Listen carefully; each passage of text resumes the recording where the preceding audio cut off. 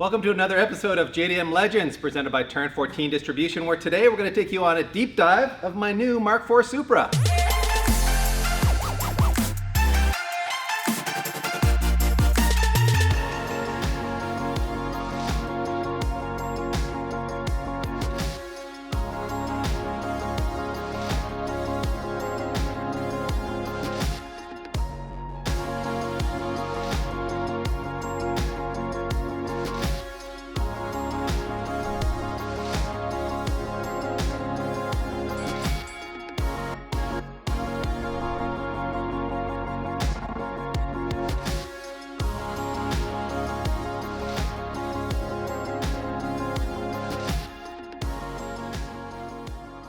If you don't know what this A80 Supra is all about, then go back and watch the previous episode. And if you don't know what Turn 14 Distribution is all about, then, well, where have you been hiding? But they are, of course, one of the biggest wholesale distributors of performance parts in North America.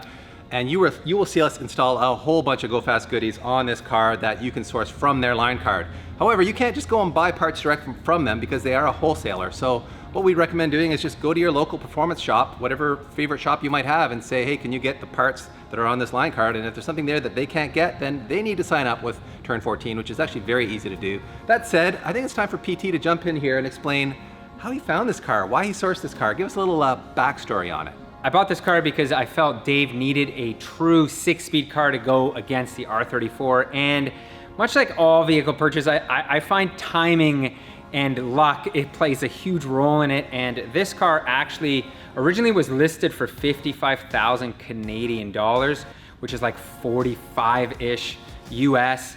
And I don't think the seller was getting a lot of bites, but then he lowered the price down to 50K Canadian. And that's when it popped up on my feed and I instantly pounced on it. This vehicle for, I thought 50 grand was gonna be an okay deal. And then when I got there, obviously the big problem with it was the clutch is burnt out. He did say he took it out and beat on it and tried to do a couple of clutch drops in it, which eventually I think killed the clutch. Although I've never seen a clutch this bad, but anyways, we'll get into the mechanics of it in a second. So back to the story. I looked at it, I thought it was a clean car. I think it was kind of like perfect for what we needed. And I made him an offer of 45 grand Canadian, which is $36,000 US, and he accepted it. And funny enough, just a quick, funny tidbit for you guys, he was selling the car because he was putting all his money into crypto. It turned out to be a win for the both of us. He needed the money quickly, and I ended up picking up the car the next day. And thank you to my buddy Steve. As you guys saw in the previous video, he stored the car for me. Like, I had to get this transaction done very, very quickly to kind of, meet the demands of the seller so that there was the other people that were in line wouldn't kind of get a chance at it. So it all came together very quickly. I think we have ourselves a good car. That being said, we should deep dive into it because I feel like there's gonna be a couple of little hidden secrets because there always are. Let's start with the exterior, which is in very good shape, at least compared to the black car. As you can see, the paint is all original and really quite good.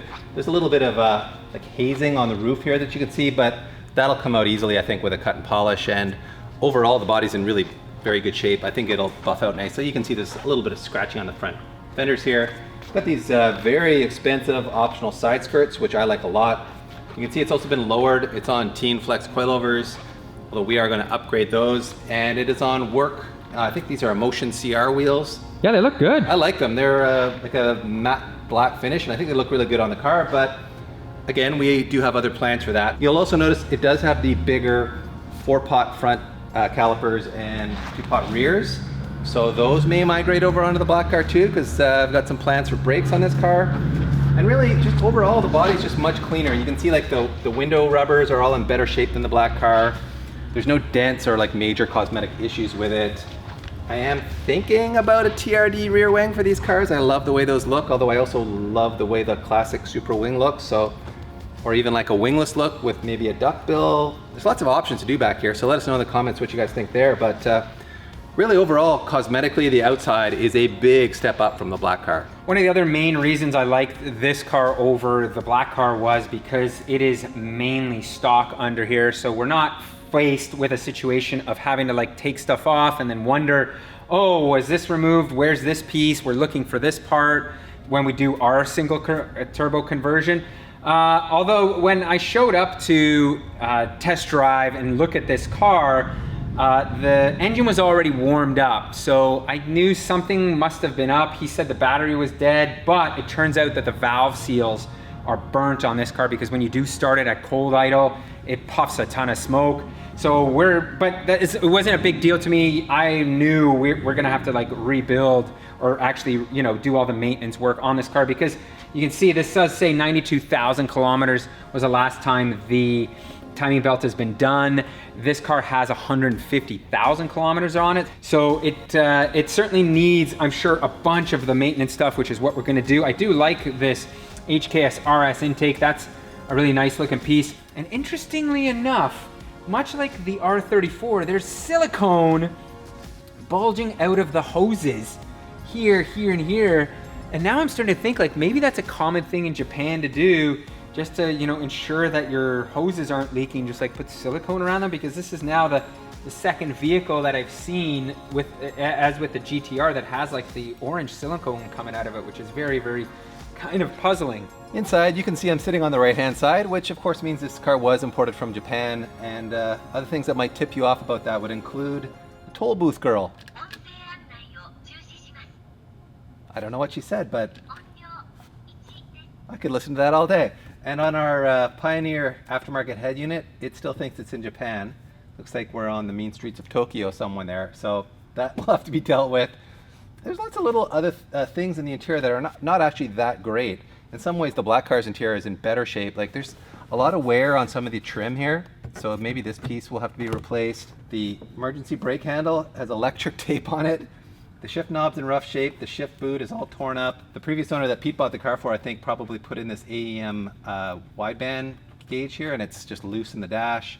It's also got an old autometer boost gauge in here. This horrible little OMP steering wheel deeply offends me. I don't know who put that in here, but shame on you. That will get out of here very quickly. The seats are in not the best shape. I think the black car seats are actually better than these.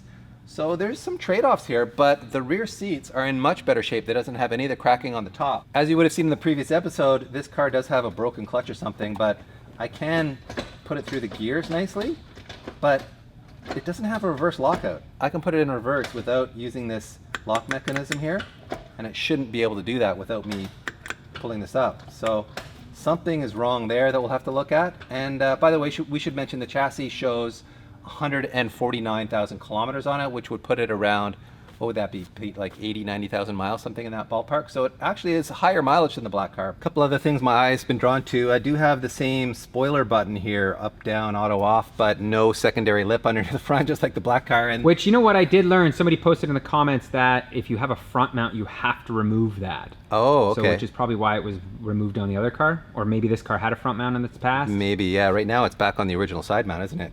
In any case, we have some like weird wiring up in here. I don't know if somebody's got something going on, and you can see there's some wire sticking out of the A-pillar cover there as well. This car has seen some action in its day because there's lots of little holes drilled in places, so we're going to learn some things as we get into it. Out back, the first thing you'll notice is the top of the seats are not cracked and really badly faded the way they are on the black car, and as you guys pointed out in the comment section on that black car, these little guys come down from here to hold on this this super ghetto privacy screen. Yeah, it's kind of hilarious. And this screen doesn't retract. I don't remember if the other one did or not. I don't think it did, DP. You just have to like hand roll it. Also notice it seems to have like an optional subwoofer back here, which I don't think the black car had. So I don't know, you Supra guys, let me know if this is some kind of an option that you can get on like higher trim level Supras. I assume it was. Also a braided line here, which this car does seem to have a bit of an oil leak, so I'm guessing this is to fix that problem. We'll take a closer look once we get the car up on the lift. And you can see the belly pan is off, and there's a piece of rubber trim here, which looks like maybe from the underside of the front hood. Not sure why that would be off. Got a silencer here for the HKS high power exhaust system on the car, so pretty nice quality exhaust system on the car. And if we open up under here, we can see that it's going to be in very good shape. There's your spare. Again, never been used. Ooh, look at all the tools. Full toolkit. Oh man. That's amazing. Well, no sign of any rust, that's for sure. It looks really clean back here. So much like the black car, I don't expect we'll see any rust when we get underneath it, but maybe the time is now, PT. We're putting this thing on the lift. Starting up front here, the rad support looks to be in excellent shape. Very, very minty. The radiator also looks to be pretty fresh. It's actually like it's got some black shine to it, which is nice. More of that silicone around the rad hoses, ironically. This, it's been so long since I've seen a Supra with a side mount. This is the factory intercooler piping. It's kind of neat to see. I do not like what I see, and that is sweating and oil around the oil pan. I see oil down here, all around here, which, DP, I think we are going to have to yank this engine. I was hoping not to, but judging by this, we're gonna have to do a gasket for the lower oil pan. You guys post in the comments, can you change this oil pan out, the gasket, without removing the subframe here? To me, it looks like you need to do it properly, but you might not. Anyways, that looks wet, which is not great. Otherwise, like, look at these bolts, like everything shows zero signs of rust, which is very, very good to see. Now we move on to the exhaust system here, and I can see this does in fact have a one-piece pipe, essentially a test pipe, from the turbos that runs to here. We'll unwrap this in a second to see what's going on here, because that's new to me. And then it just runs all the way back. Oh yeah, okay, so there is a sensor here. It's like, I think this is the EGT probe for the exhaust gas temperature. Yeah. So it is tucked in here. Oh, maybe he wrapped it because he couldn't get the wrap like sealed properly against it. So he used it like up there. The inspection plates on both sides are off of the clutch. The good thing is I can see the pressure plate. It has not exploded. Everything looks to be intact here, so that is a very, very good thing. So that does lead me to believe that this clutch is just heavily glazed over, which is why it's not working. And you can see frame rail wise, man, this thing is looking very, very good. Just has a minor amount of scrape, but wow, like there is zero rust here, which is very, very good to see. Moving backwards to the diff, it looks fairly good. Man, maybe it's been opened up. It's got a little bit of orange sealant around the rear, but the bolts don't look fresh. They don't look like they've been cracked in a while. Lots of cobwebs, lots of like little spider eggs kicking around here too, unfortunately. And of course we've got this, God, I think this is 4 inches. This is 3 or 3.5, and then this goes to, I think this is 4 inches to our exhaust system, and it also is in decent shape. It looks like it's seen a little bit of scraping here and there, but all in all, pretty good. And finishing it off in the rear here, it looks clean. It doesn't look like there's any accidents that have happened. So man, that is a huge sigh of relief for me. I was kind of worried, as I said, when I purchased this vehicle, that we would find some surprises under here. But all in all, I'm pleasantly surprised that it is this good. So we're gonna fire this thing up to show you guys again. The main problem with it is the clutch, but the secondary problem with it is we do have valve seals. So DP, jump to the back there and you can watch the smoke billow out as I start this thing up now. Oh yeah. Oh, that is horrendous. Shut it off. Well, okay, so let's do a quick test here now. So the clutch, the car is off the ground here. I'm putting it into gear, and you can see it had. Whoa, hold on. The parking brake was off. Oh, so you can see we do have a working clutch, but now if we drop this car real quick, okay, so now it's down on the ground, and now if I put it into gear, look, it does not move. Like that is in gear, people. Look at that. That is in gear. Yeah. I'm revving it, and we are not going anywhere. So it is completely fried, but that's a good sign that I can row through the gears. And with this thing being up, so that clutch is just like, I think, fully glazed, so it has just enough friction. When there is no friction on the wheels, it does spin. So that's actually a good sign. That means we don't have a completely busted V160. We're gonna jump outside here for a second because this place, this is gonna kill us real quick. Since this engine is smoking so much, I decided to pull the spark plugs to have a look at them, and some of them are worse than others. You can see this one is just covered in oil, and this one not so much. So there, you know, this thing was idling. We just let it idle for about 10 minutes to get up to temperature, and to see that, I mean, does seem like there is a rather bad valve seal problem. We had the same thing on the 2JZM3, so I'm not too worried, but because we're here, I figured, you know what, we might as well do a compression test. So let's hit it and see what happens here.